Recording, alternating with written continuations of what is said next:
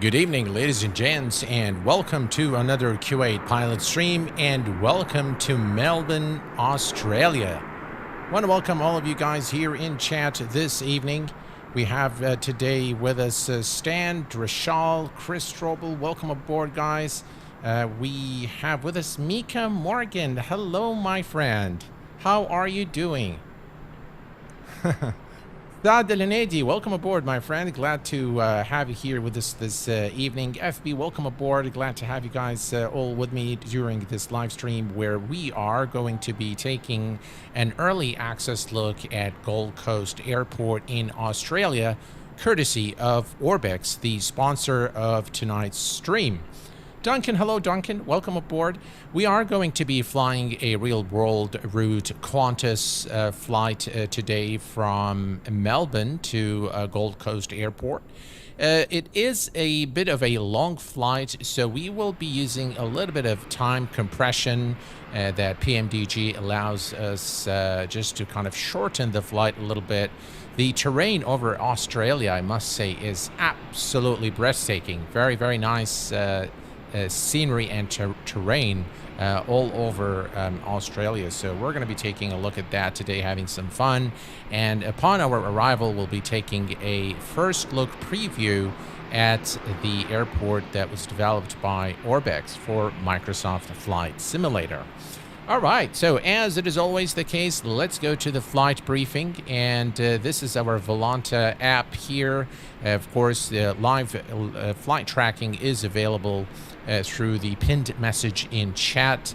If you have a Volanta, you can track the flight live now on the app through either your web browser or through the web application. Our flight today is a departure runway 27 through the Nonix 3 departure. Nonix transition, we're going to be flying and cruising at a final cruise altitude of 35,000 feet. We're going to be arriving into Gold Coast Airport runway 32, and we're going to be doing an RNAV approach this evening. All right, so that is the flight briefing. If we look at the weather condition in our excellent Navigraph charts here at Melbourne, if we look here, you've got 270, 14 knot wind, broken 32, the current temperature is 14, and the QNH is 1008. All right, so all is looking good here. Let's hop into the cockpit of the beautiful PMDG 737-800, and of course in the Qantas livery here, Spirit of Australia. I love the Qantas livery. It just really is. I love the little kangaroo there on the back. I believe is what this is, what symbol.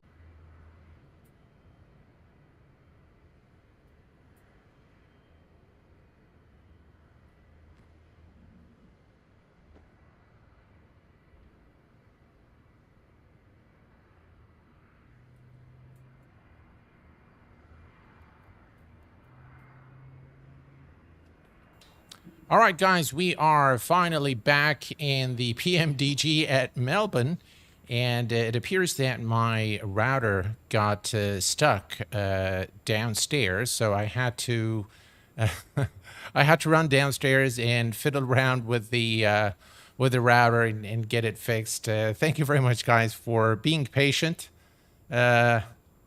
So I am back. I hope I am now audible, and all is good here. Okay.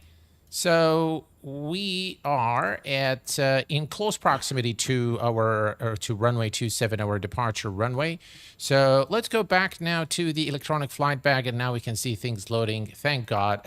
All right, so let's request the data from SimBrief, and we have everything here, and we are Qantas 878. All right, perfect. We're just going to make sure, do a few safety checks here. We're going to make sure that the landing gear is down and the thrust levers are in the idle position. Both the fuel switches are in the cutoff position. We're going to come to the back here and make sure that everything here is in order. Oops, I hope I didn't mess things up there. Okay, so we can come here to the overhead panel. And we're going to turn on the battery switch and the standby power. And we're going to connect the ground power units here to supply electrical power to the aircraft. And we're back. Yeah, refresh everyone if you're not seeing the stream. Perfect. Yeah, thank you very much, Stan. Appreciate it. MC Crewfish, welcome aboard. All right. So all is good here. We're going to turn on the electrical hydraulic pumps on. And emergency lights are on. Let's come down here and do the quick tests for the APU. There we go. Excellent.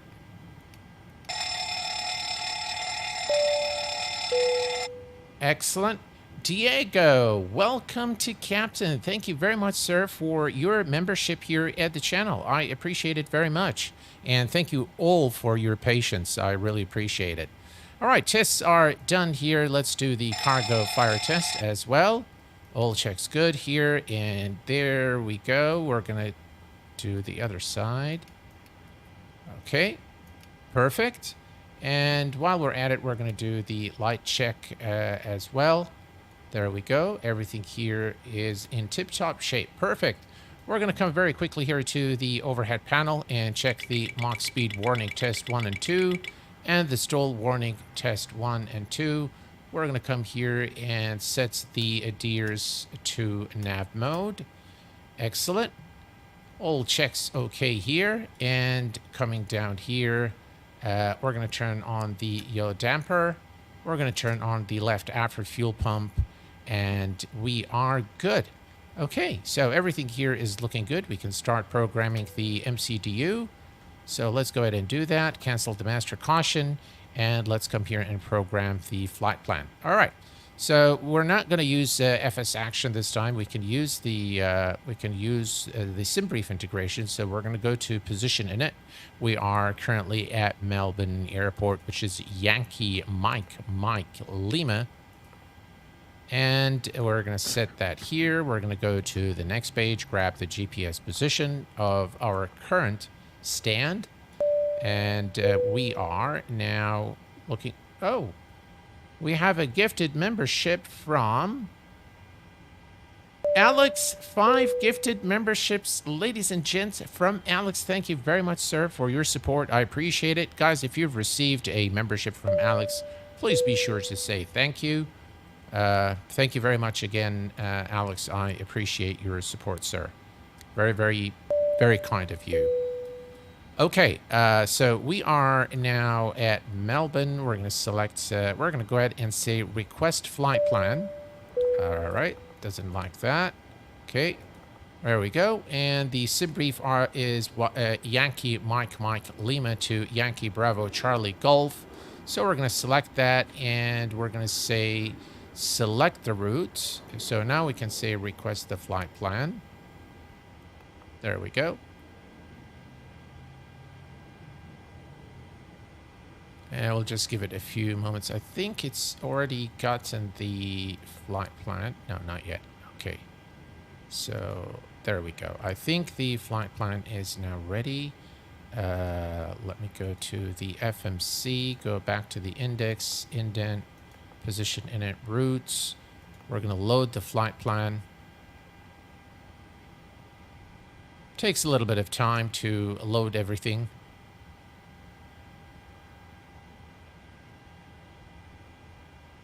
Okay, and activate and execute. All right, perfect. So now we have everything we need here in the flight plan. But before we go to the perf and let's go to the departures.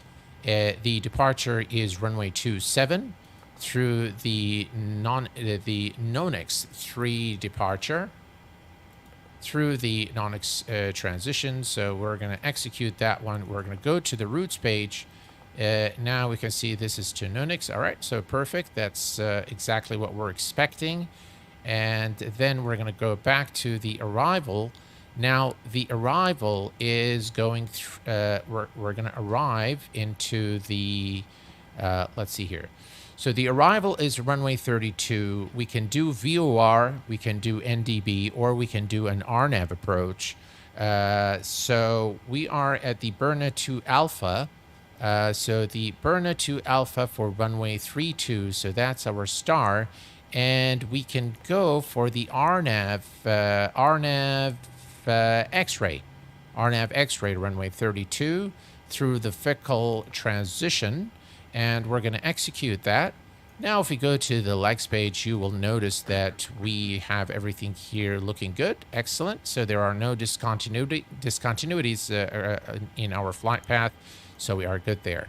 All right, we're going to go to perf in, and we're going to just use the sim brief. There we go, flight. So we're going to request the performance initialization data from SimBrief and just load everything up there. Very, very nice integration. And I think now PMDG lived up to their promise of developing the EFB and the full integration with SimBrief, which really makes this, in my view, the #1 add-on for Microsoft Flight Simulator, considering the amount of updates that we've received, the fixes, the PMDG Operations Center, and now the EFB integration with SimBrief. Just absolutely brilliant. All right, transition altitude 10,000. Everything here is good. We're going to execute everything. It gives you the winds and everything. It says insufficient fuel. That's okay. We can... how much fuel do we have here? 3.1. What do we have in the SimBrief plan? Let's take a quick look here just to make sure that we have sufficient fuel for the flight. If we go down here and look at the fuel, 7.6. Strange. Okay, no worries there. We're going to come back here to FS actions. Let's go to the fuel. Oh, okay. Well, maybe it didn't get ours. So we'll just put 7.2 here. All right, so now we have drag required after vehicle. Yes, that's understood. And we're going to clear that. Perfect. Now I think we need to click here once more.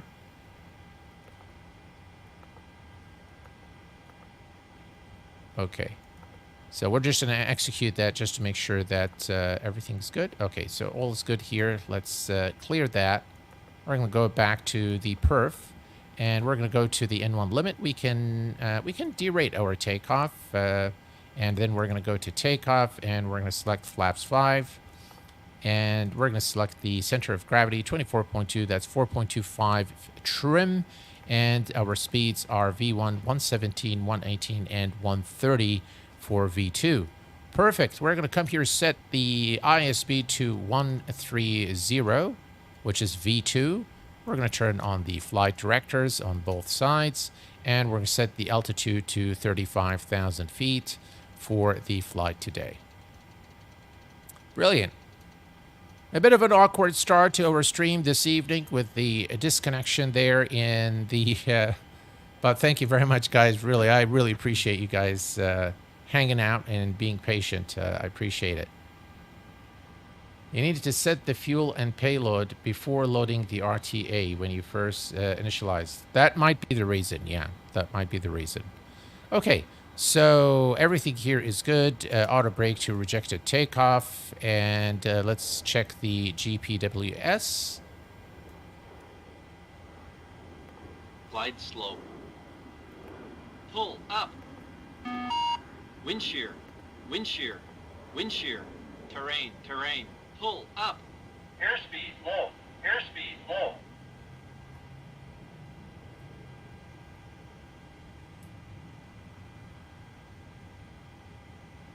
TCAS test pass.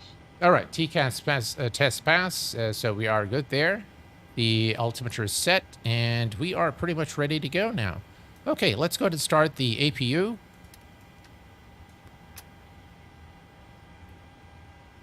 And we can turn on the fasten seatbelt signs on.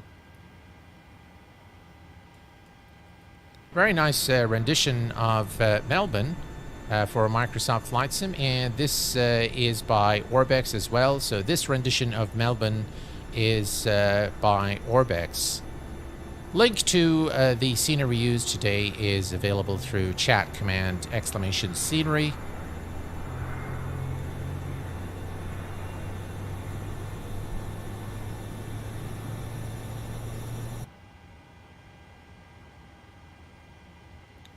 right, perfect here. Everything here is looking good. All is looking good here. All right. Just waiting now for the APU to start.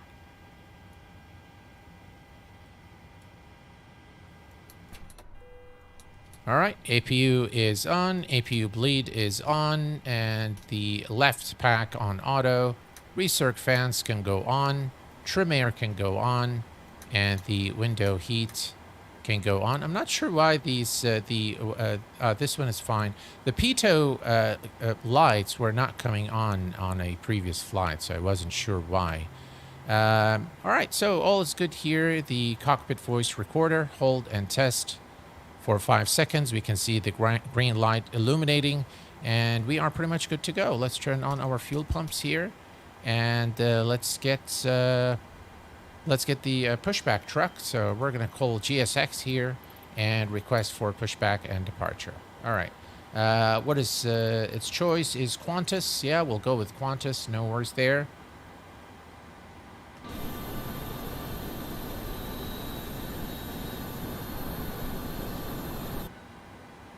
All right, we're going to come down here, and we're going to remove the chocks, and that will automatically remove everything, but we need to set the parking brake. There we go. Hello, Captain. We are ready for pushback. Hey, Morgus One, welcome aboard. Mike Coffee, welcome aboard, my friend.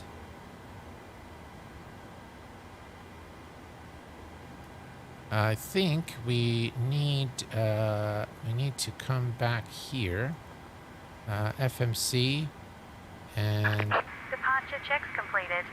Bypass pin inserted. 4.5.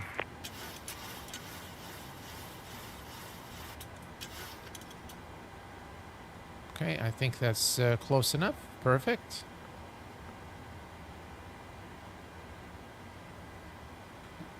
Right, and here's the pushback truck connecting to the aircraft.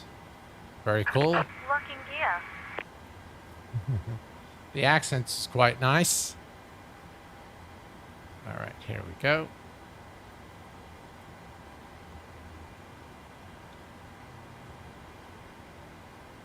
Save the view.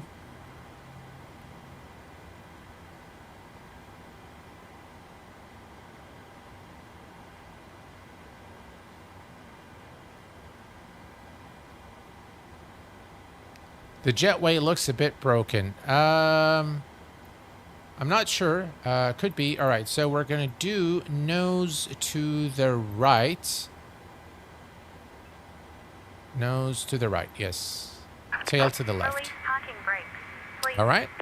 Let's release the parking brake. There we go. Commencing push. All engines clear. And we have Start clearance at to will. start our engines. So we're going to turn off the left pack, and we're going to go for engine number 2. And now we can see engine number 2 spooling. There we go. Excellent.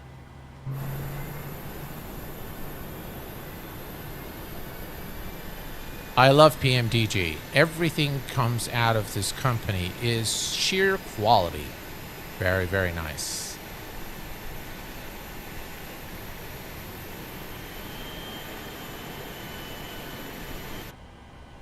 Okay, and fuel for engine number 2.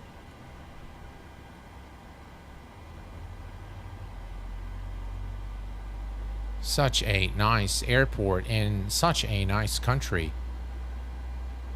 I definitely want to visit Australia one day. It's a country on my bucket list. I think it's probably the same flight time from Kuwait to Australia. Maybe a bit less than the US, I'm not sure.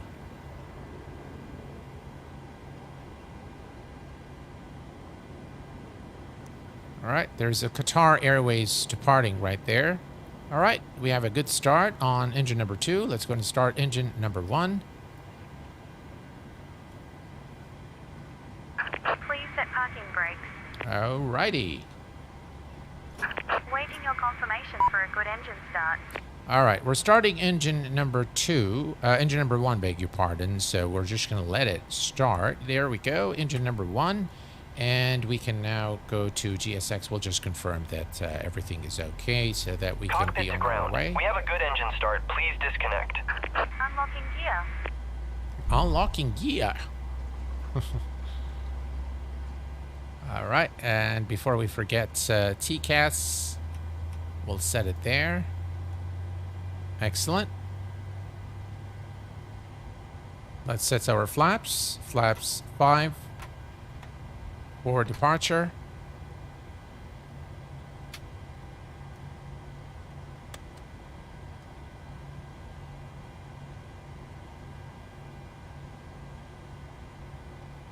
Oh, really? You've been to Perth, Alex? Yeah, that is something I really want to do. Which traffic injector are you using? Alex, I'm using FSLTL. Disconnected. Bypass pin removed. Left is clear. Right is clear. All right, we have clearance from ground services that we're good to go. Flaps are set. Let's do the final prep here. We have the generators are on. Engine selectors to continuous. The left and right pack on auto. The isolation valve on auto. Engine APU bleed off. Engine bleeds are on. We need to set the pressure here to the cabin altitude to 35,000 feet, which is now set. We can turn on the probe heat as well. Turn them both on, and everything here is ready. We can turn off the APU. APU is off. We're going to turn on the taxi lights on, and we're good. All right, let's do the flight control check. Full up, full down, full left, full right, and neutral. We're going to check the pedals. Pedal full left, full right, and neutral, and we are good to go. Okay, let's release the parking brake and head over to runway 27 for departure. Parking brake is released, and off we go.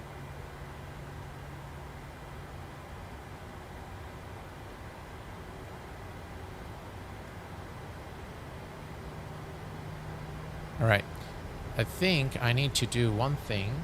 Let me pause the sim real quick. One of the things that happens sometimes with my joystick is this.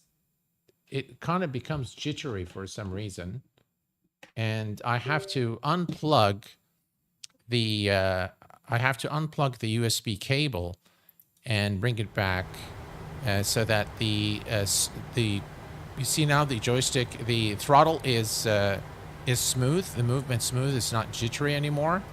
I'm not sure why that happens sometimes. Sometimes it happens, sometimes it doesn't. But yeah, anyway, it's fixed now. We're good to go.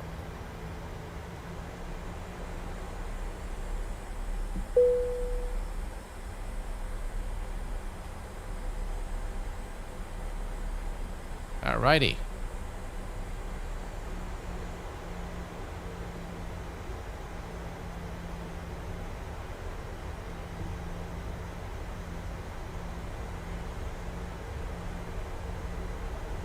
And here is the runway.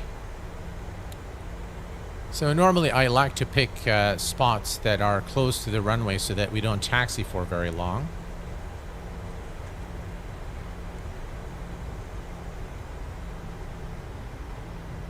All right, here's the hold short. For our departure runway, we're going to turn on our landing lights, runway turn off lights to enter the runway. And strobe lights are on. Auto throttle is on. And we are good. All right, let's go, guys. Corbin Franklin, welcome to the Q8 Pilot channel, my friend.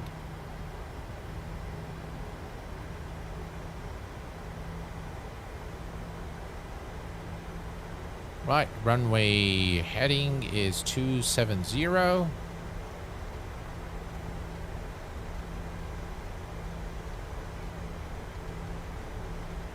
All right, 270 set.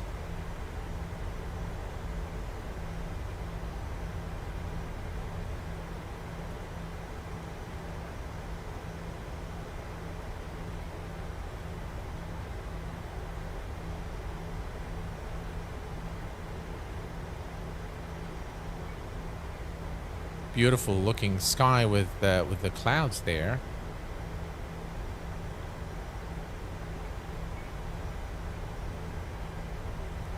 All right, we're good to go. 40%. And 1 and toga.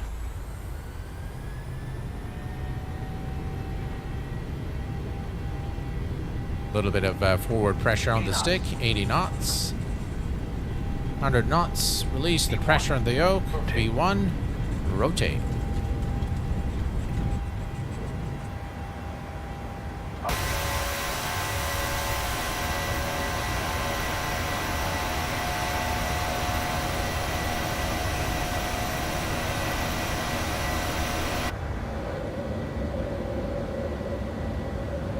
Look at this departure, guys.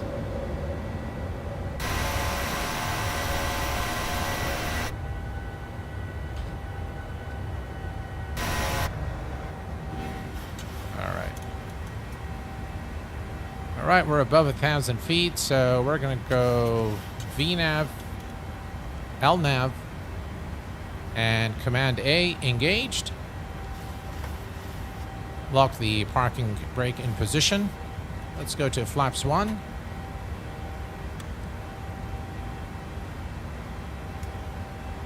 And auto brake is off. Speed check, flaps up.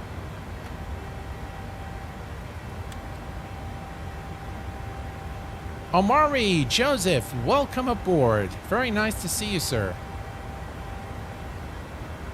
Hello, Dave Cat, welcome aboard.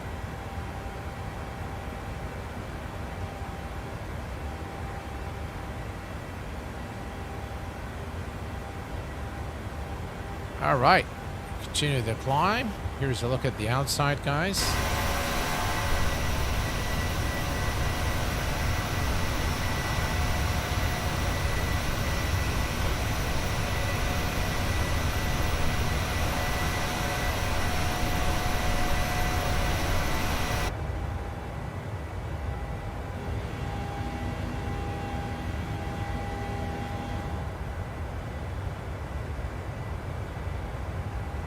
All right, and flaps up.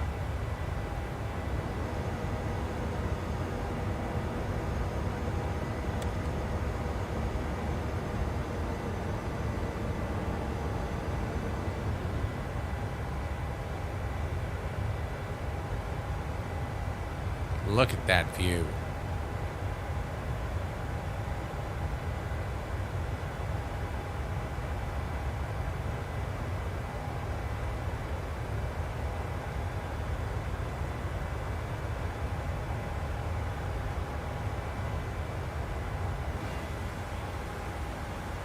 Right, we're coming up to 10,000 feet.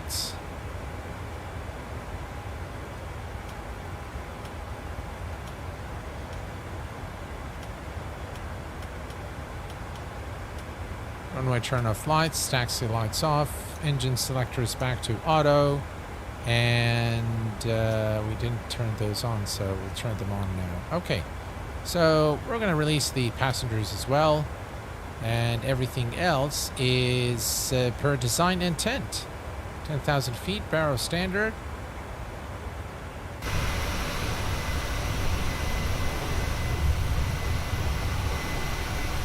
Look at this beautiful view here.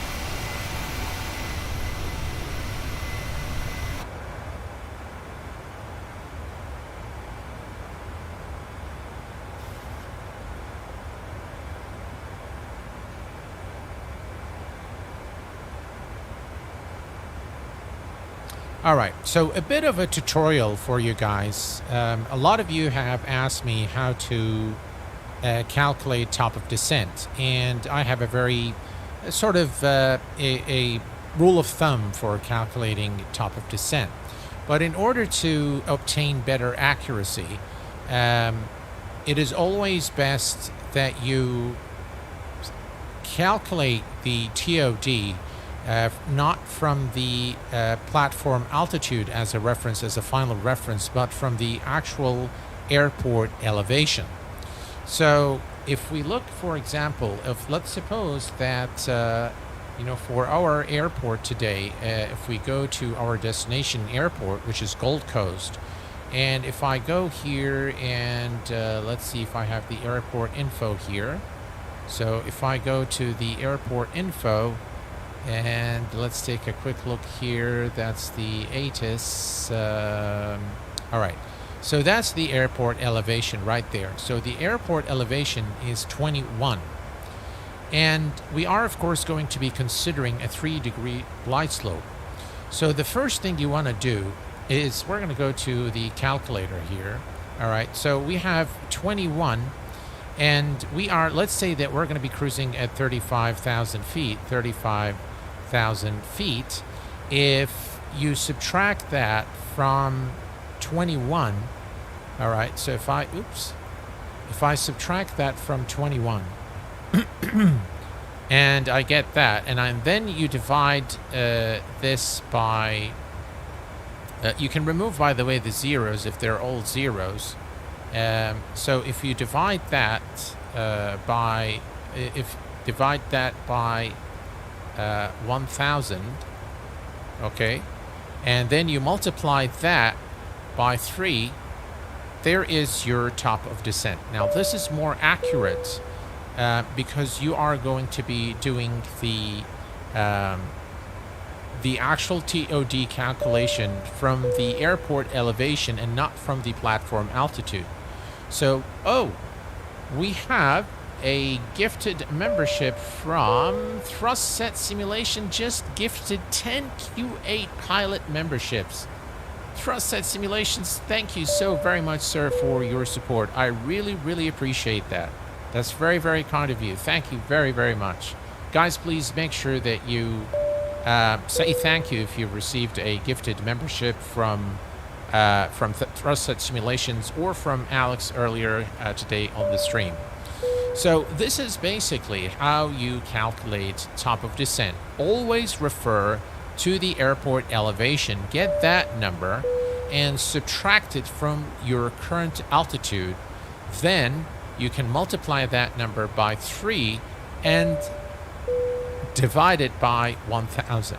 Okay, so we'll do it again. For example, let's suppose that you are at 30,000 feet, and the airport elevation, let's pick somewhere like, for example, Denver, Colorado, about 5,525, I think, something like that. So we're gonna say minus 5,525, I think, or 505, something like this.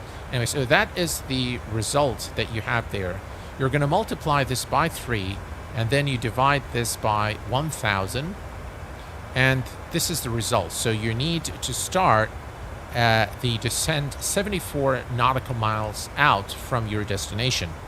Now, the interesting thing is, what about the speed, Q8? At what feet per minute should we descend? Again, if you're considering a 3-degree glide slope, what you need to do is the following. So we are currently at 260 knots, okay? Now, this is our airspeed, okay? Now, to understand the difference between your airspeed and ground speed, airspeed is equal to the actual speed, the velocity of the aircraft. So the speed at which the aircraft is traveling minus the actual the wind speed. And here, what we're gonna, let's suppose that you are, let's say that you're traveling at 250 knots, right? So 250 knots. Now let's say that you have a headwind of 10 knots, okay? If you have headwind, we're gonna minus this from the actual wind speed. So the headwind, we are going to consider this as a negative value because it is in the opposite direction of the aircraft. So 250 minus 10 gives you 60. All right, so you become at 260. Okay. Now, if you were having tailwind, that means that it is actually 250 minus 10 because tailwind is in the same direction of the aircraft travel, the direction of travel of the aircraft. So if you subtracted that from 10, you're going to get to 40. Now, once you get that number, that's the actual ground speed. Then what you need to do is you need to multiply that by 5. So supposedly we are at 250 and you have 10 knot headwind, that's minus 10. So that gives you a 260 ground speed. And then that number is multiplied by 5 is going to give you 1,300 feet per minute. And that is the descent rate at which you need to have for a 3-degree glide slope descending from the 74 nautical miles that we've calculated previously. You can also select the ground speed. So if your ground speed was 250, you can always divide this by half. So divide it by 2 and multiply it by 10, and you're going to get exactly the same result. So so that's what you do to calculate both your TOD and your top of descent. Now, another thing that is asked a lot on the channel is Q8, how do you determine the TOC, so the cruise altitude? Now, the cruise altitude, folks, is dependent on many factors. It is dependent on the aircraft weight. It is dependent on the weather conditions, the favoring winds, clouds, turbulence, and also on the service ceiling of the aircraft. Normally, if the aircraft has a service ceiling of 40,000 feet, of course, the aircraft, the best thing for airliners to fly at the maximum possible altitude, because the air is thinner. And when the air is thinner, the aircraft does not need as much thrust to maintain its speed, and therefore it will save lots of fuel. So from fuel efficiency perspective, it's best to go to the maximum altitude possible, of course depending on the route. Now, the simplest rule for cruise altitude is to multiply the distance by 100. Okay, so if the distance, let's say, is 240 knots, multiply that by 100, and the cruise altitude is 24,000. That is, of course, true depending on the service ceiling of the aircraft, and also it depends on the weather conditions. In a flight sim situation, it is quite advisable that you consult Navigraph for the weather conditions and for the cloud cover. The last thing you want is to fly at, for example, 35,000 feet and be in a cloud cover the entire flight, because that is going to be, you'll be susceptible to icing conditions, which can endanger the flight. And so anything that is more than 200, of course, anything more than 300, anything more than 240 knots, the cruise altitude will be anywhere between 30 and 40,000 feet, depending on the aircraft ceiling. But for example, if you are in the Cessna, I believe, has a service ceiling. The Cessna 172 has a service ceiling of 14,000 feet. So obviously, even if the distance is 240, you cannot go to 24,000 feet, because there is a restriction there, which is the service ceiling. There might be additional restrictions such as weather conditions, maybe clouds, maybe turbulence and things like that, or maybe that particular altitude they have a lot of aircraft in the vicinity you're flying. They have a lot of aircraft coming, and so they need to clear you to a different altitude. Captain USA 380, welcome. Man, time flies. It's been a month, my friend, and thank you very much for your support being a senior captain here at the channel. I very much appreciate that, sir. Thank you. I have an i9 i49K, and it easily overclocks to 5.7 with the ASUS AI tool. Yeah, absolutely. And it does that without any overheating if you have sufficient cooling. I think, by the way, thrust test simulations, you can even go to 5.8 without issues. But just to be safe, between 5.6 and 5.7 is perfectly fine. Juliet, Charlie, Mike, welcome.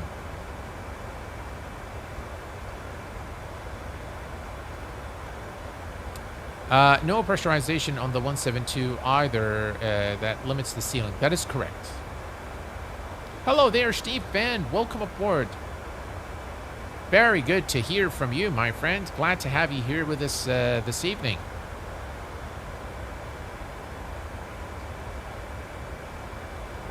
From what I understand, Dougal, if you have sufficient cooling, it's actually pretty good. Let's take a quick look here at the outside as we fly through the beautiful Australian landscape.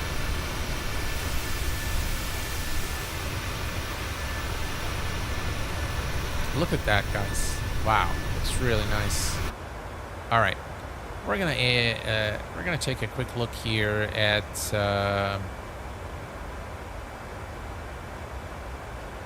all right.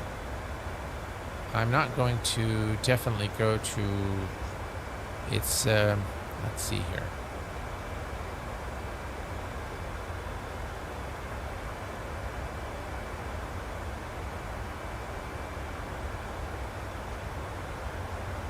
All right, so top of descent is in 508 nautical miles, and what we can do is increase the range.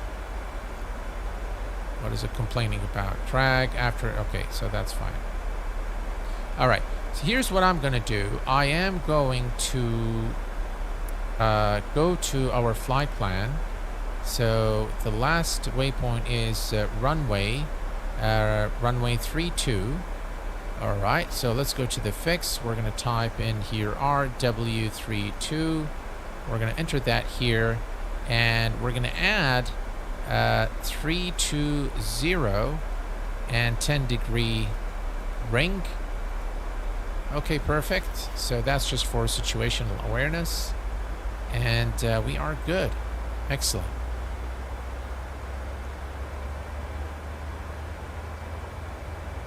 Runs at 37 Celsius with water cooling. 5.8 gives me that CTD. Oh, okay, so that's probably a little bit pushing your yeah, so right now, my CPU, the entire package temperature that I have right now running Microsoft Flight Sim is about 46, 45, and I'm overclocking at 5.5.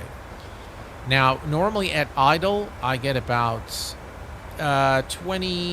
between 27 and 34 Celsius when the computer, when I'm not running any gaming. But up to 46, between 44 and 46 is what I get when running either Microsoft or X-Plane, for that matter. I've got a 139K 490 Crosshair 360mm water cooling system, and the whole thing makes a very nice room heater. Absolutely, yeah. All right, we're looking good here. Let's take a quick look here at the wing views. Very nice view here from the passenger perspective. So, FS Expo 2024, what I'm planning for FS Expo is what I promised all of you guys after FS Expo 2023, which is that I've set up or asked the guys to set up a content creator hub for all content creators to participate in. And the reason I decided to do this year around is I really wanted to bring together the content creators, well, whoever wants to participate from the content creator community, to really have a place at FS Expo to meet with all of you guys. There is going to be a streaming station as well at the Creator Hub. So folks will be able to stream, will be able to do interviews, people can come just and say hello and talk to us. We can probably show people some products and tell them what we think about them. It's going to be fun. And yeah, I am taking a large space this year at FS Expo. And of course, I'd like to let you all know that I am, or the Q8 Pilot channel is a diamond sponsor this year of FS Expo. Really looking forward to it. Really looking forward to meeting all of you at the expo.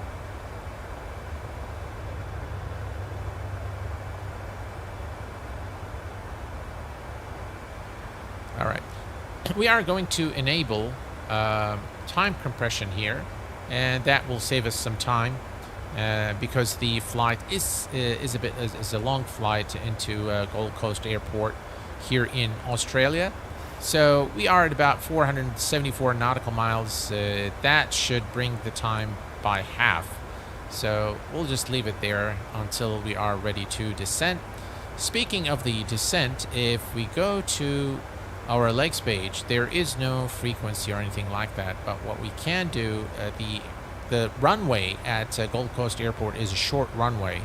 So I am tempted to do flaps 40 and 124 for our final speed. All right, so we're going to set that here from the get-go, just before we forget that. So we'll leave it there. Okay, so no need for any ILS frequencies or anything like that. We're going to be performing an RNAV approach upon arrival.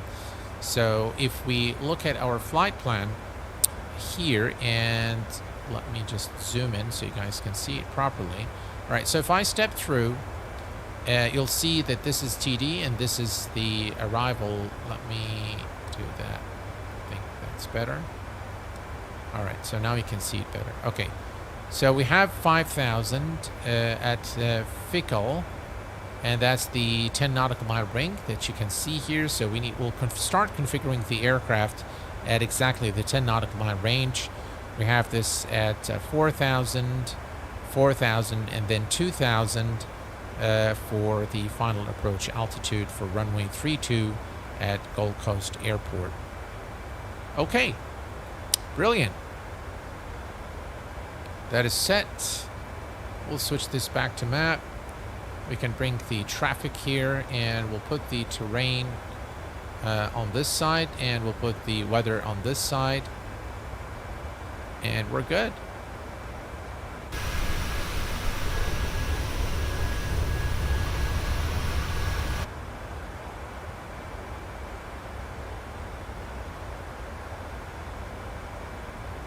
Diamond Sponsor is one of the major sponsors for FS Expo. That's right, Stan. And I'm going to get you a proper Q8 pilot shirt this time around.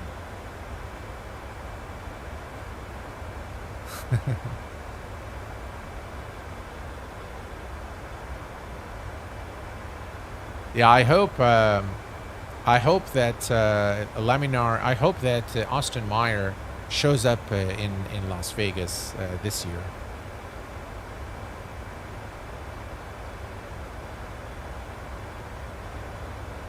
It's the highest level of sponsorship, Stan, for FS Expo. So yeah, this time around we're going for the sponsorship with the Creator Hub, and there's a surprise, but I'm not going to say what it is. I will let the guys over at FS Expo to announce it for you guys. I'm not going to burn the surprise, but there is something very, very special as my gift to the community, which will be announced at a later time. But say you have now insider information at the about FS Expo. Yeah, red carpet time. Absolutely, Stan. Absolutely. I went another Austin Meyer and Swiss 001 collab at the expo. Yeah, Swiss 00 is, you know, it appeals to a lot of people. You know, he's very funny, I have to say. I do watch him from time to time, but he's funny. That's all I can say.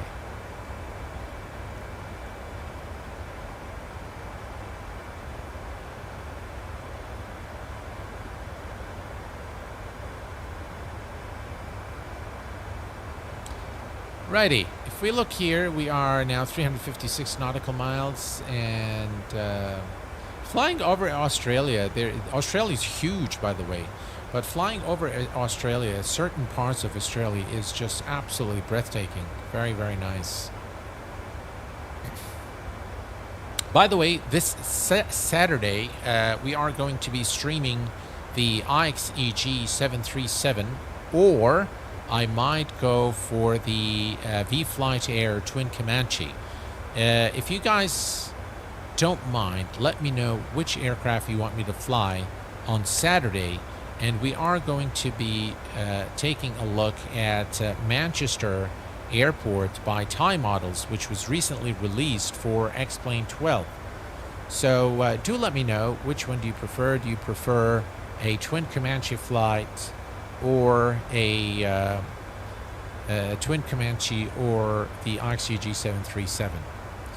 I think we can do a poll. I'm not sure if the moderators are able to post a poll.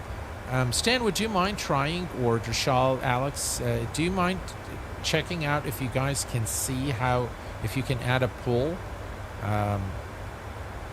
If you can't, that's okay. I'll just pick up the voting from chat.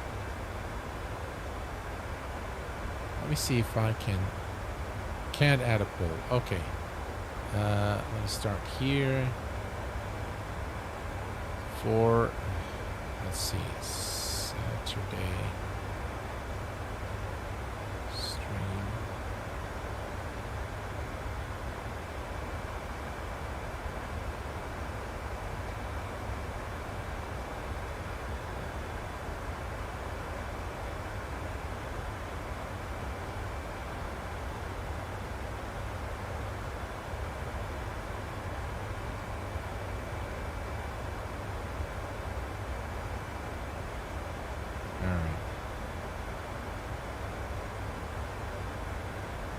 There you go.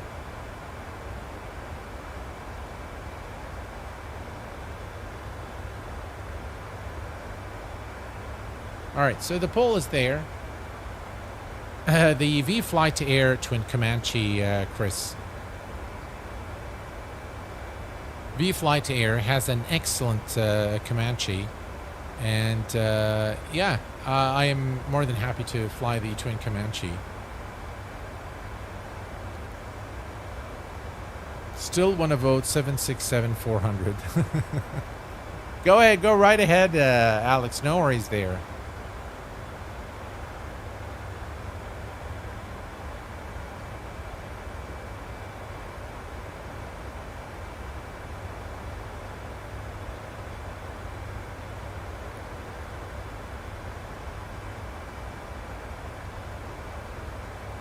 Right, if we just change, let me just stop this for a second.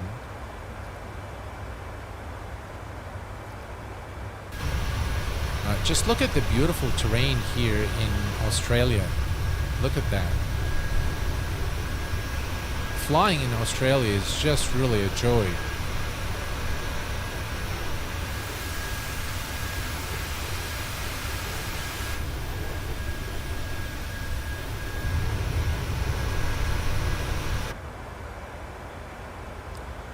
You know, folks, there's one tip that I think is worthwhile sharing with all of you.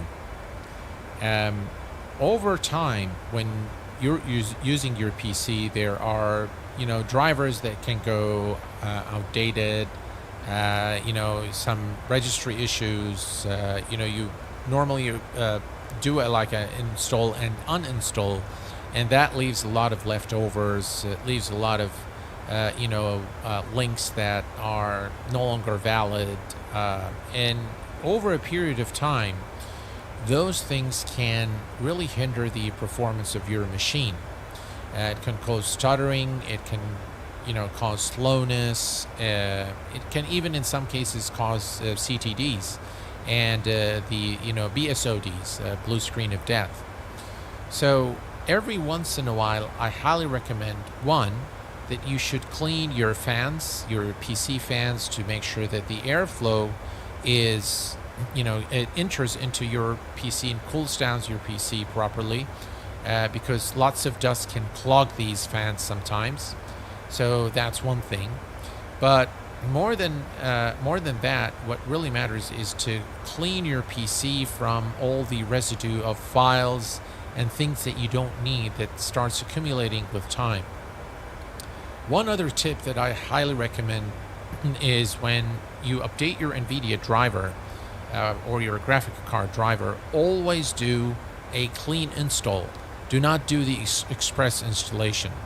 Always do a full clean install in order to remove completely the previous driver, and and that will ensure that you have and of course after you update your driver, make sure that you perform the tips that I provided you for the shader cache, clearing the shader cache and setting it as unlimited in your NVIDIA control panel. If you do these things, you will ensure a much better operation of your PC.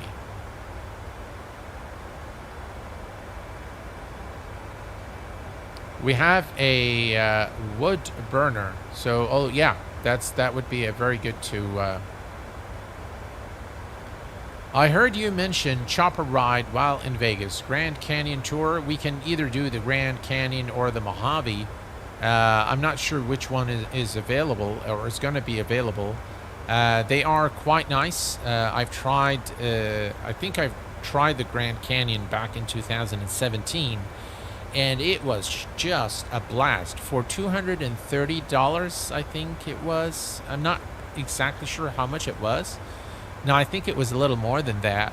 But the nice thing is the experience. They have a limousine that picks you up from the airport and takes you to, it picks you up from the hotel, takes you to the airport. You then board the helicopter and, you go to...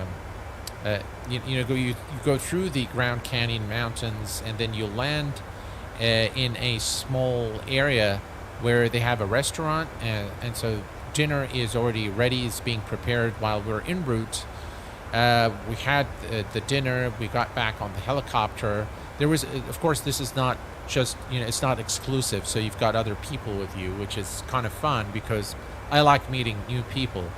And so there were a couple of a fine couple with me. I think they were on their honeymoon, and so it was really fun, watching a younger couple. And I told them for how long I've been married, and it was interesting. It was fun. But the helicopter ride itself was quite an experience. Being in a helicopter is very different from being in an aircraft. The feel of it is very different. So it's quite an experience. Highly recommend it. I am going to take Stan with me, and I can probably can take one more person. So whoever wants, they can book their seat right now here on the channel. Elevator going sideways. All right, Captain, you say. Well, if you're there at FS Expo, be sure to approach either myself or Stan, who is a delegate of the channel, and we'll set you up. I loved my career was spent in Gilas. I never liked them. Really?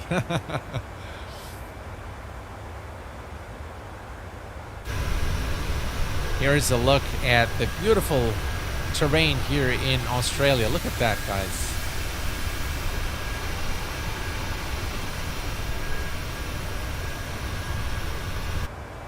All right, 217. I'm going to speed that up a little bit more here until we get a bit closer to the top of descent, just to save a little bit of time. All right, we got you, Captain USA. You should raffle it to viewers and members for charity of your choice. That's actually a good idea. Yeah. Maybe I'll do that. Yeah, maybe I'll do that. Yeah, I'll think about it. We'll get back to you on that. But Captain USA, you're more than welcome to join us. But we'll do one more. Stan, we'll probably talk about it a little later on how we want to, select another person to join us on the helicopter ride and on the date and all that good stuff. So we'll plan it.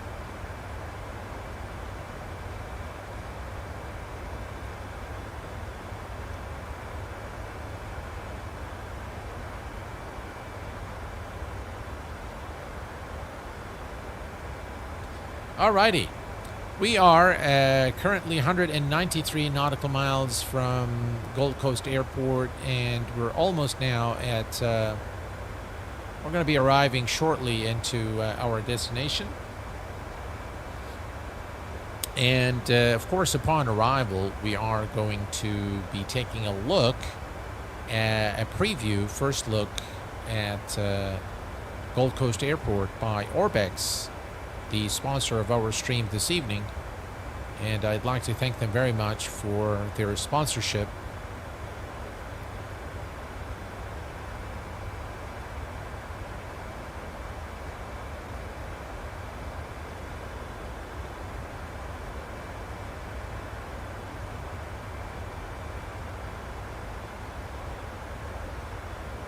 Looking good at 35,000 feet.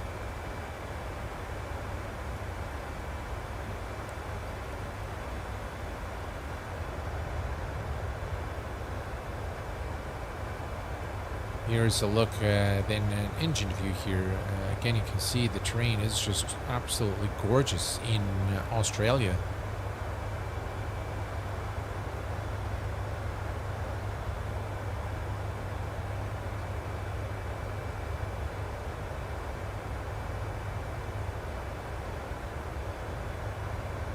You know, there's another question I wanted to sort of... Hey, David White! Welcome. I'll be at Expo again. It will be nice to see you again. Yeah, it'll be nice to see you, David. It'll be definitely nice to see you, David. On a rare snowy day, usually I'm at work, but they told us stay home. Oh, cool, my coffee. Well, I'm glad that they're looking after your well-being, so that's nice to know. By the way, guys, so far, most of you are favoring the IXEG 737 for the stream on Saturday into Time Models Manchester. So just if you guys want the Twin Comanche by V-Flight Air, which, by the way, I personally would prefer to fly a GA, but I know most of you guys like airliners. That's understood.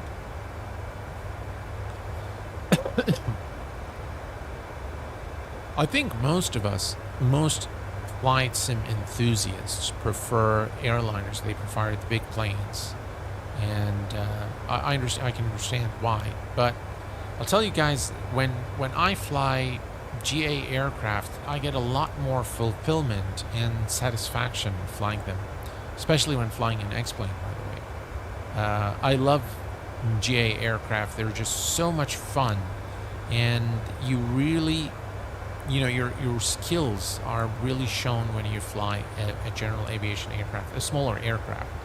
Hey, Tough Break, how are you, my friend? Welcome aboard. AJ Ferrani, welcome aboard, my friend. Glad to have you here with us this evening. Hello, Steph. Welcome.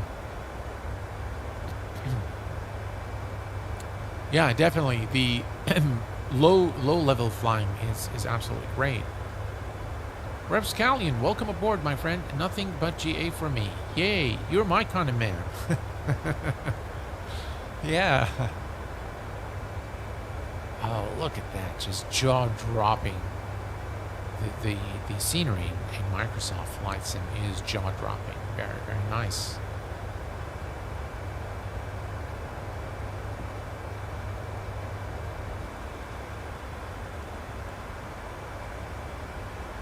All right, 92 nautical miles to top descent. I'm just going to leave the time compression on until we are closer to top descent.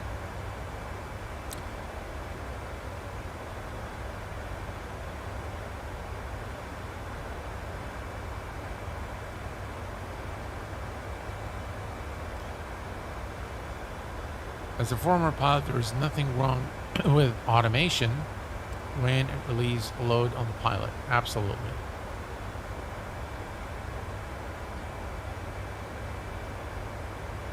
I am using the TCA Boeing Quadrant. Yes, sir. But see, on this stream specifically, I didn't put the camera on, and I want to get a better camera for two reasons. One is I still need to do a couple of unboxing and full review videos of the Thrustmaster Boeing yoke, and maybe I'll do one also of the TPR, the rudder pedals. So those are coming up. So I need to buy a better camera than the one I have. So far, I've been using my iPad to make the footage, and that is not very professional in my view. The quality of the video is just not there with the with the tablets. So yeah, I am looking for something a little bit more, you know, a little bit more robust in terms of production quality. So yeah, so those are coming very soon, and hopefully in the next couple of weeks we can take a look at that. Now, on the 25th of January, there is a special stream that I am planning with Marco Mamula, the director of X-Craft, where we're going to be flying in one of the E-Jets. All right, so we have top of descent here coming up. Let's go ahead and remove the time compression. There we go. Time compression is now removed. And here's where we are. Look at this just beautiful, beautiful terrain here in Australia, and very colorful area here in Australia. You can see the mountains and the green and the yellow. It looks like almost like, you know, like a refined desert.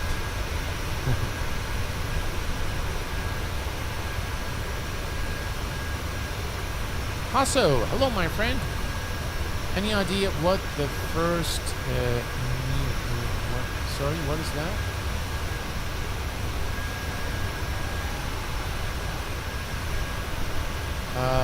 First big new release. I have no clue, really, what would be the release. Do you have flat or spoilers or both on the quadrant? I have the speed brakes. I do not have the flaps. What I've done with the flaps is I've programmed them into two buttons, because I only have one quadrant, so I didn't get both of them. I got only one. There must some memory buildup using flaps on this throttle with flat config because there's no marking. Yeah, that is true. That is very true. Yes.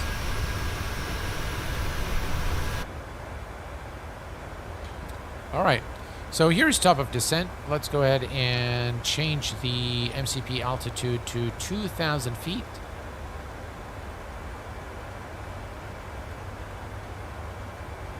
Okay, here is 2,000, and we should begin the descent shortly.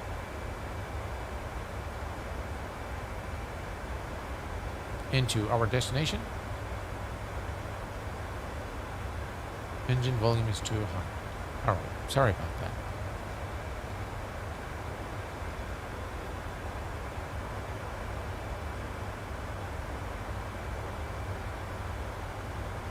I don't have any detents configured.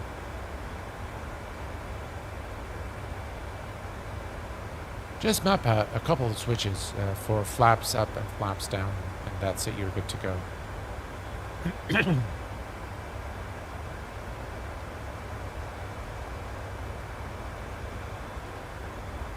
Traffic. Look at that Traffic. view.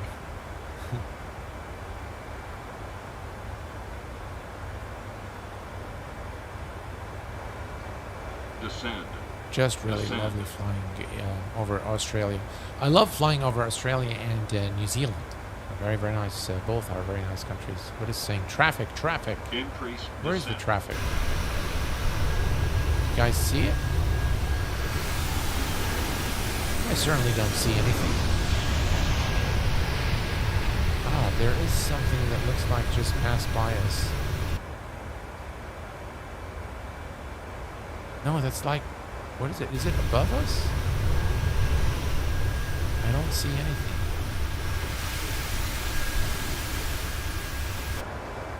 Well, it's gone now, so we're good.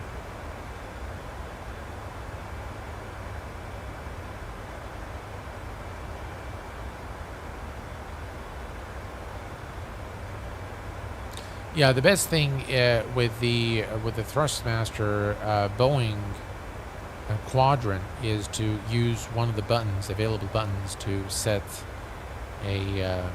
your flaps. So map 1 to flaps not one notch up and or flaps one notch down, and then you're good. I'm planning to mark flap numbers on the TCA Boeing quadrant. Yeah, you could do that as well if you want. Or there is a I think there is an add-on that you can buy that will do this for you. I think I've seen XP72 with this mod that you can use in order to add those detents to your flaps for the TCA quadrant. Excuse me.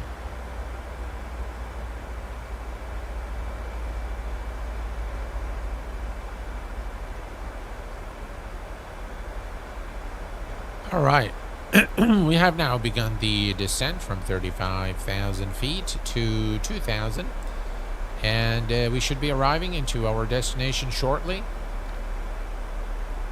Let's take a quick look here. I know the engine sounds are pretty loud, but just to kind of guys show you the beauty of the scenery here. Lovely.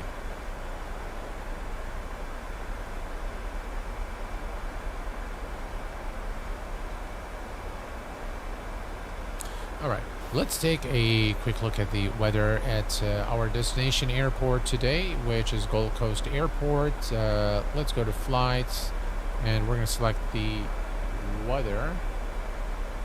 Okay, so the weather is going to... well, why do we have 0, 0, 0, 0? Everything is 0. Winds are calm. I guess that's correct. Temperature's 22. So it should be an uneventful approach. And landing at runway 32. That's our flight plan right there. So it's going to be a straight-in approach, very uneventful. So yeah, disappointing that we don't have very nasty weather today. Because I know you guys love it when the weather is pretty bad. And I tell you, I really enjoy those approaches and landings when the weather is is pretty bad. McLaren Steve, welcome aboard, my friend. I use an axis without detent. Works fine. Yeah, it does work fine. You see, if you move the flap axis without the detent, you just have to make sure that you move it slowly in order for it to move from one notch of flap to the other. If you move it quick, then it might just go all the way down. Yeah, good weather stinks. Yeah, especially in the sim. So it stinks in the sim. Yeah, we like strong winds without a doubt in the sim, because it really is it makes for a great experience and just really puts your piloting skills. I really enjoyed that flight the other day in the SSG 747. We had 16 knot wind gusting to 26. And the approach with an aircraft as big as the 747 was truly a challenging landing. I think even the one we did on the Tolus was just equally challenging. The weather just was pretty nasty on those two streams, and yeah, I thoroughly enjoyed both of them.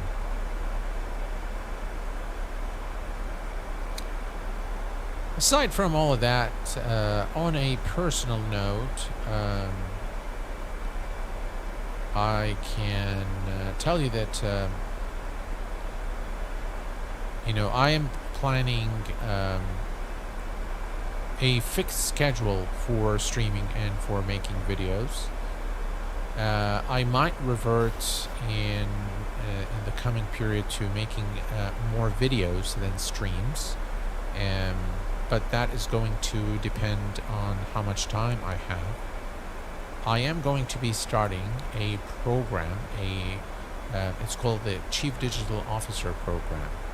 And that program is about 1 year at the Massachusetts Institute of Technology in the U.S.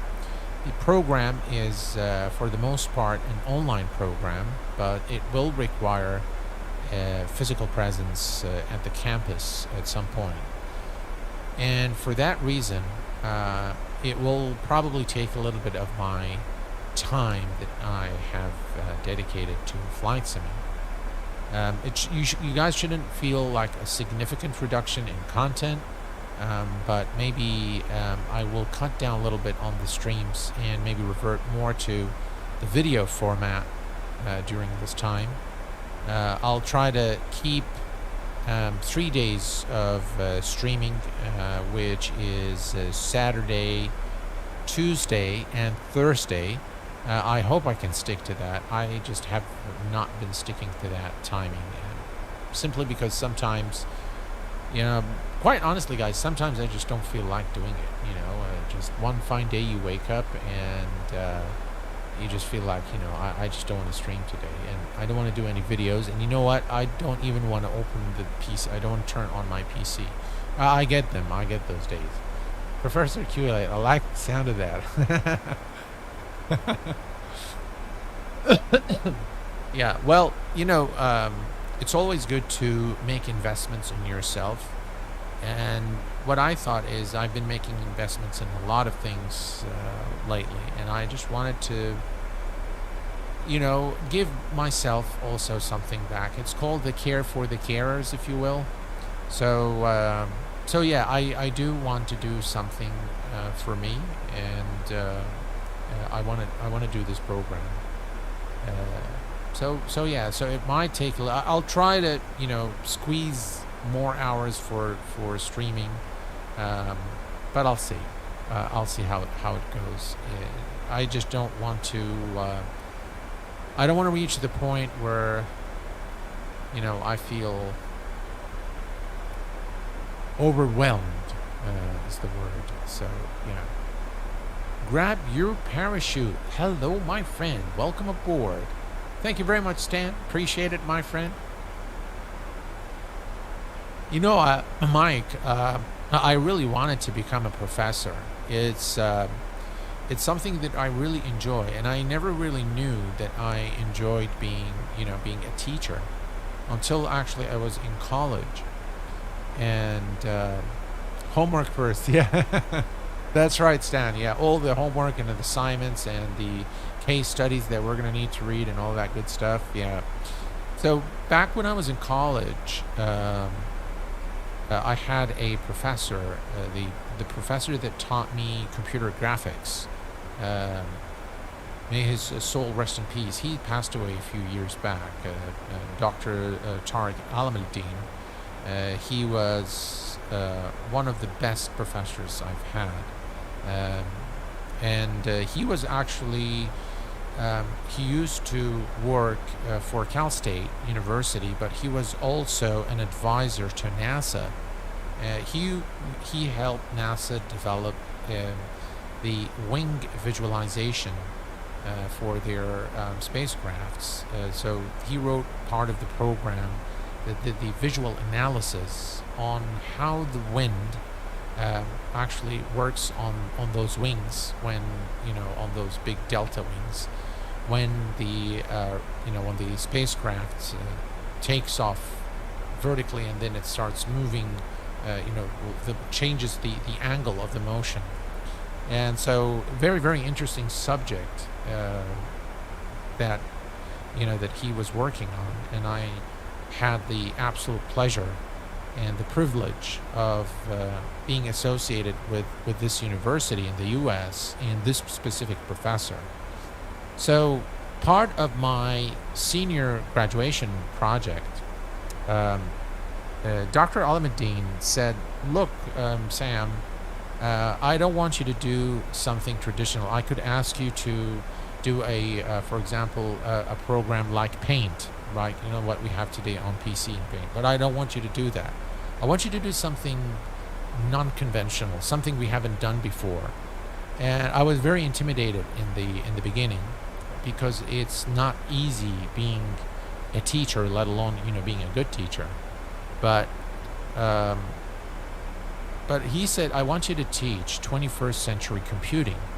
And that involved me teaching one of his classes, teach them about, you know, web development, using, you know, at the time it was a big thing to know what HTML is and what XML is, and using C++ to develop backend code, to develop in Java. I was a Java developer. I was a C++ developer back in college, but then I learned Java, and he wanted me to teach them what we referred to at the time as 21st century computing.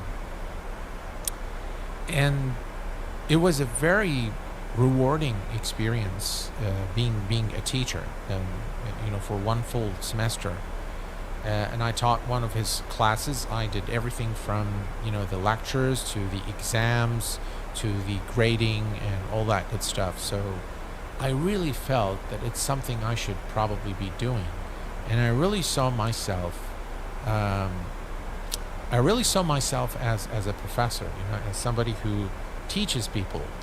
And you know, of course, in order to do that, if I have a blurry vision, can I still get pilot license, or do I have to get surgery? I am not sure. It depends on the airline. So of course, in order to become a professor, you have to pursue you know, a master's degree and then a PhD. And Dr. Almadine at the time said, look, go for your master's. You just finished your bachelor's, you finished with a good GPA. So go and complete your master's degree, you know, a couple of years, you'll be done. And then your PhD, another, you know, 3 or 4 years, and then you're done. And I just, being the person that I am and how much energy I had in me, I said, no, Dr. Almadine, I want to work. And you know, I want to start earning a living, and I was very, very particular about, you know, being independent. That was one of the big things when I was back in college. So yeah, so I started to work, and I you know, I had a small company, I had a small firm that I started back in the U.S. At the time, and it was a web development company, and so that's the route I took. Do I regret it? Sometimes I do. I'll have to be very honest with you guys. I do. It's not much of a regret, but it's a lot more of curiosity. What would have happened had I been a professor? Would I have been one of those professors where people say, oh, he's one of the greatest professors, or, God, I hate this guy. And, you know, there are a few that I say this about, so...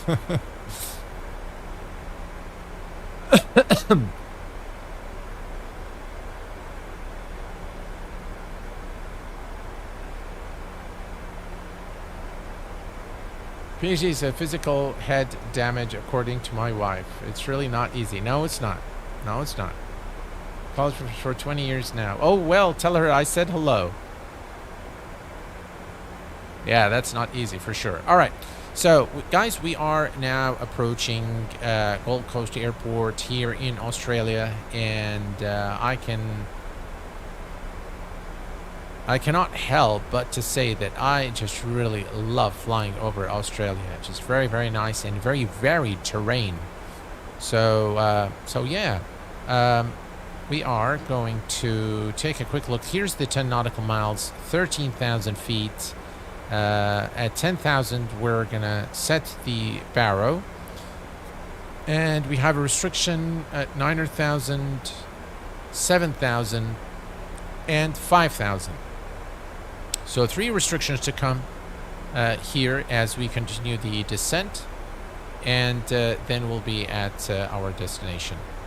Bit of a long flight today, not the usual short flight, and for this reason I used the time compression. All right, I think I'm gonna let you guys take a look at the poll results.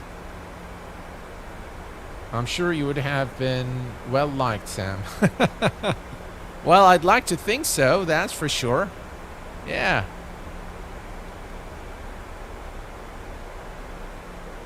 I do definitely have passion for teaching. It's something I really enjoy, and there's a lot of reward, guys, when you help people with anything, like, you know, anything that they struggle with. When you lift the struggle of someone, when you bring happiness to someone's life, or you help them solve a problem, the reward that you feel, the feeling that you get, is so nice, and that feeling is just really what gives me satisfaction in life. So yeah, maybe I would have been a good professor, I don't know, but I know I would have been very tough in grading, because I was very tough in grading. I'm fair, but you know, people see me as tough, but students will call you all all right, here's the result of the poll for you guys to see, and the winner is the IXEG 737. But I'll tell you what, guys, what I'll do is post our stream on Saturday, or maybe before that, I'll make a video of the Twin Comanche. How's that? I'll make a video just showcasing the features and maybe a short flight. All right, 10,000 feet, landing lights are on, runway turnoff lights are on, and the fasten seatbelt sign will go to the on position as well. And we are now approaching our destination. The baro is now set 1005, and we are now descending below 10,000 feet. Here's a quick look at the external view.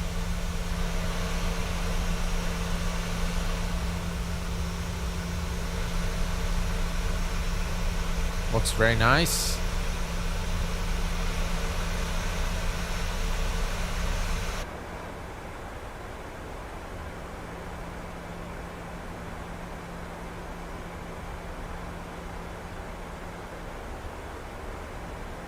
For the last 26 years, Lyft worked with young people in a young people home and had many young people come back after years thanking me for helping them through their issues. Well, that I'll tell you, this is a very noble thing to do, and I just love that sort of thing. For this reason, my daughter wants to become a doctor, a medical doctor. She is fascinated by helping others, and probably she gets the gene from me, but my wife is also a doctor, so maybe she gets it from her mom too. Maybe like the genes are just mixed, very strong desire for, you know, helping people.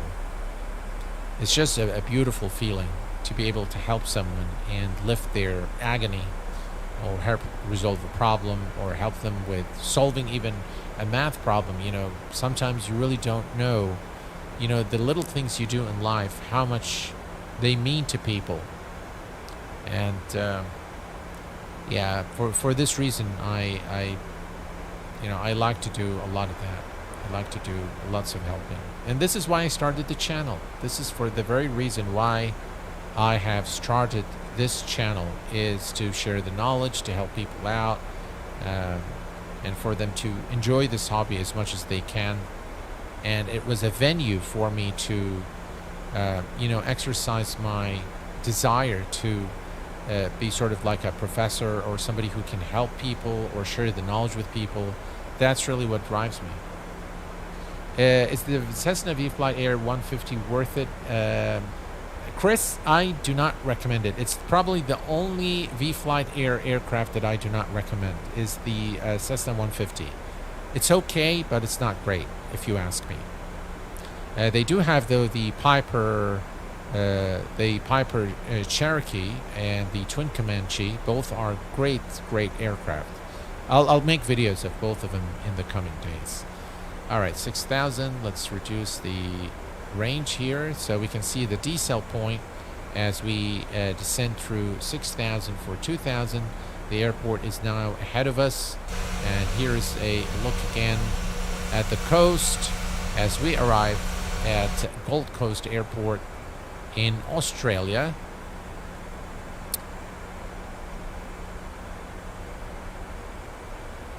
Good afternoon, Raul Rodriguez. Welcome aboard, my friend. No worries at all, Chris.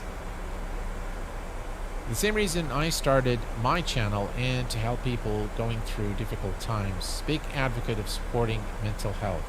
Oh, that's very, very nice. Air Macam. Very, very nice. You know, sometimes I think for retirement, when I retire, I might consider something like coaching. I find coaching to be a very fascinating thing. And it's very different from training, right? So coaching is a different concept. But I find it to be a very rewarding concept. So, yeah, that's something I'll probably consider after retirement. All right. So we are almost there now. We are going to activate the approach. Looking good here. 5,000 for 2,000. We're almost there, and the airport is right over there. And here's the turn. Single channel. Localizer is captured. Well, there's no localizer in RNAV approach. But, yeah. All right. Drag is required.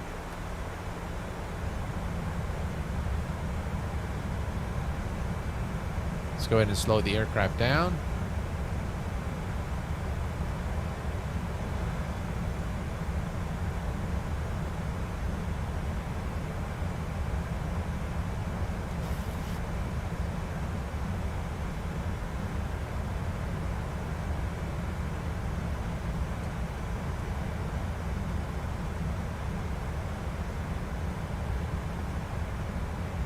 There we go. That's a much better view.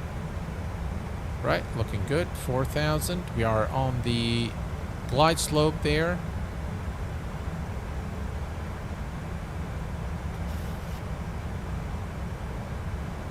And here's the 10-degree mark.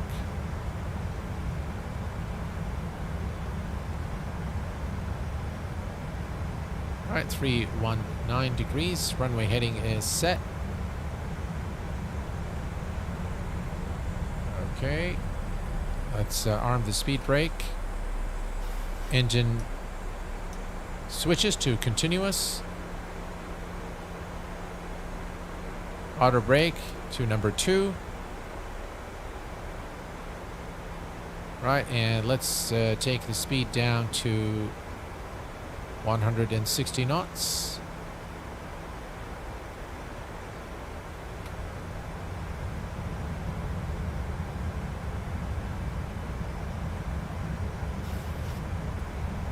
I believe our final speed was 124. Okay. All right, I'm gonna go ahead and reduce the speed to yeah, it's not gonna allow us to go to 124. So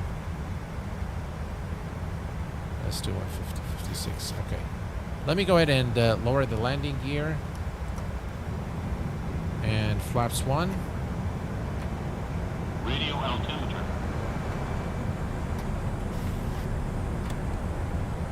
Okay. So we're going to go to flaps 5 here. We want to go 124.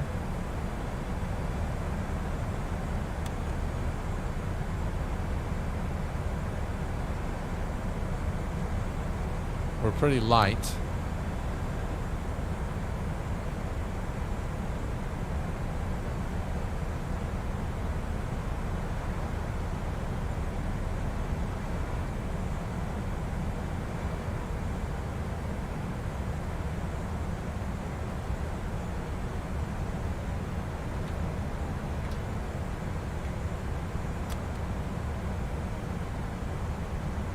Alright, more flaps.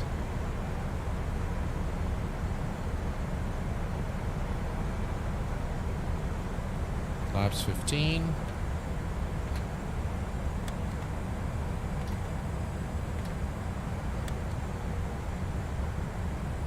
And flaps are full.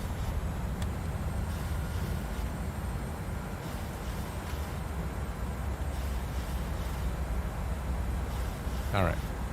I think we can Was it 124? All right, here we go.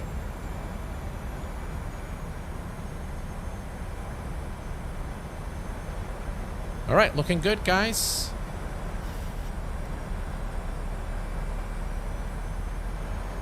1,000.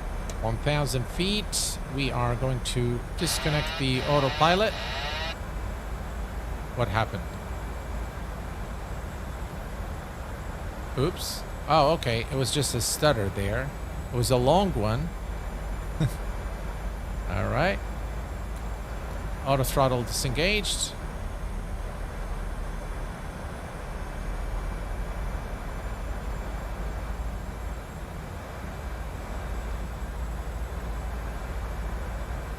What a beautiful approach into Gold Coast Airport.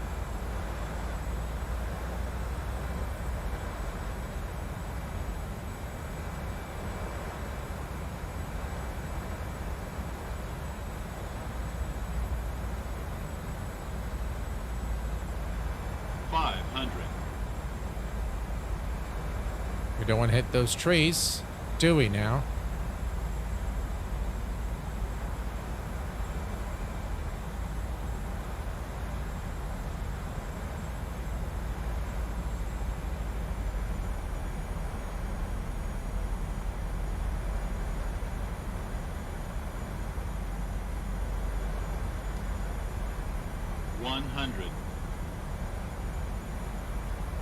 $50,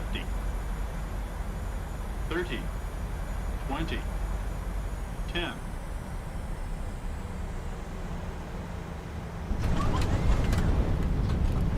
Reverse. Smooth one.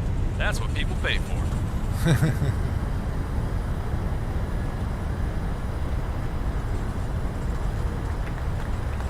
Ladies and gents, welcome to Gold Coast Airport in Australia.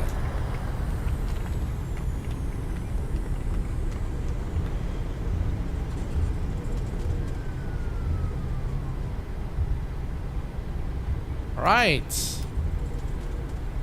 Let's begin retracting the flaps.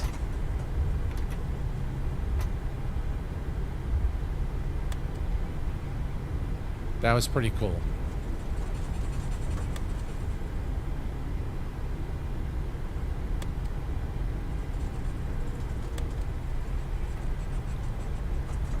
All right. Oh, look at this airport.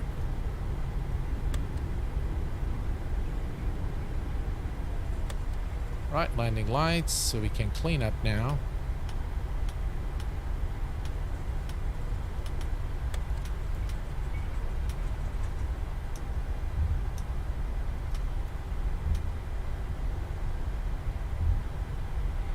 Very nice airport, guys. Look at this. I mean, just the arrival here at the airport is quite nice. I really like this airport. You can see the vegetation here, the custom vegetation here along the runway is very, very nice indeed.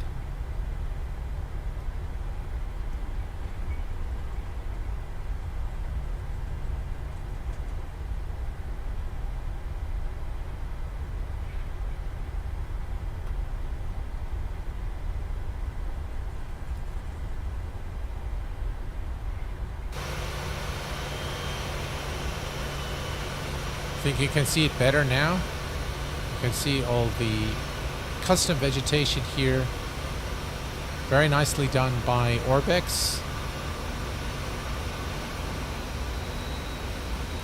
The custom taxiways and runways, the airport signage, all done quite well. What are these guys doing?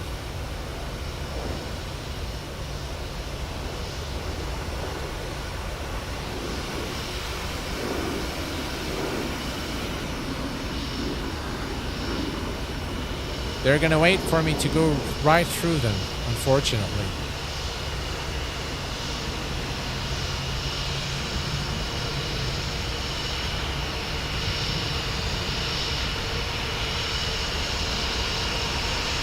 Yeah, well. FSLTL.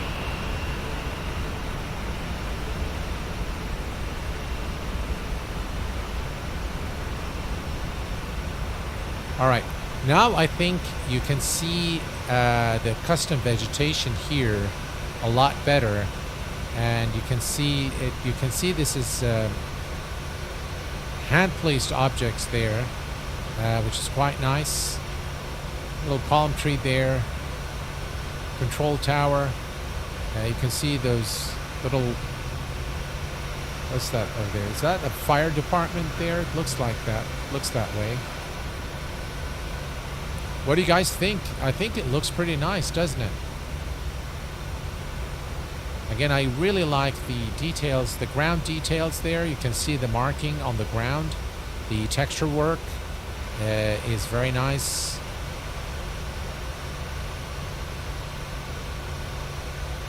We'll explore it in a little more detail just now.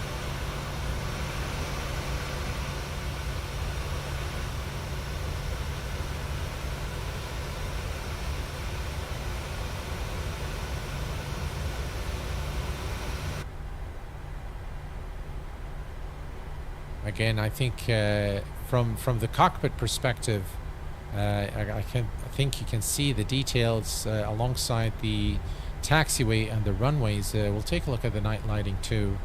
But overall, a very nice approach. So as you arrive at the airport, it actually looks really, really nice. Okay, I think we can park the aircraft somewhere here.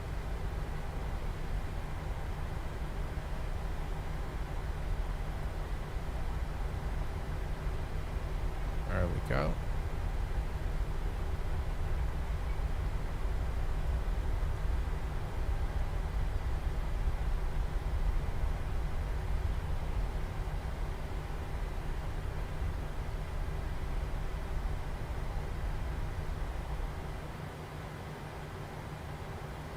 Right, we're gonna hit the tug, so we'll just leave the aircraft somewhere right here. There we go. And we'll set the parking brake. Brilliant. We'll go ahead and connect the let's see here, menu, FS actions, ground services, and let's set the chocks and request the ground power unit. Brilliant. All right, ground power is available. Gen's off, and we can now turn off the engines. All right, and there you have it, ladies and gents. I hope that you've enjoyed our flight to Gold Coast Airport. Okay, so now what I'd like to do is, first thing I'm going to do, folks, is I'm going to turn off FSLTL so that we can now have some fun with the actual airport and take a look at the rendition of Gold Coast Airport by ORBX for Microsoft Flight Sim. Let me begin by just giving you a top view here of the airport. Now, according to the footage that I've seen of the airport in real life, I can tell you that the layout of the airport is about 100% right. So they really have done a very, very good job modeling the airport, the layout of the airport. They've done that to a very high degree of accuracy. So this is what you'd actually see at the real airport based on the footage that I have examined. Let me make the camera just a little faster here. There we go. All right. Let's move down here and go a little back so you can see all the buildings. Again, they've done a really good job with capturing all the buildings and building those in the sim, including this area right here. I believe this is more than likely a general aviation area here, right here. Yeah, some storages, some probably cargo area. Yeah, and this is the general aviation. You can see the smaller planes parked at this side of the airport. Moving along, we have here as well the fuel trucks. So this looks like a depot of some sort where they have all the fuel trucks. and some more storage. And here's the control tower. Again, there are people sitting at the control tower and monitoring traffic and guiding airplanes in. Very nice in terms of the vegetation. I think ORBX, one of the things that ORBX excels in is the vegetation, and it's very apparent in their many sceneries that they've created for Microsoft Flight Sim and X-Plane. Now, looking at the airport details, this is one very detailed airport. If you look at the ground markings here and you look at the clutter, the airport clutter, you can see here again some baggage carts and some of the ground service vehicles, lavatory service vehicle. So in terms of the details there with the stand signs, is really very well done in terms of the details and really creating an immersive airport environment. I think you can see it here as well. You can see the cards there. That's really, really nice. Very nice details there. And I think they've also modeled parts of the interiors. There we go. So the upper part of the interior of the terminals are modeled. So not everything is modeled, but reasonably well modeled interior, which I honestly don't care about. But the building itself is, again, down to a very high quality. I do like it very, very much.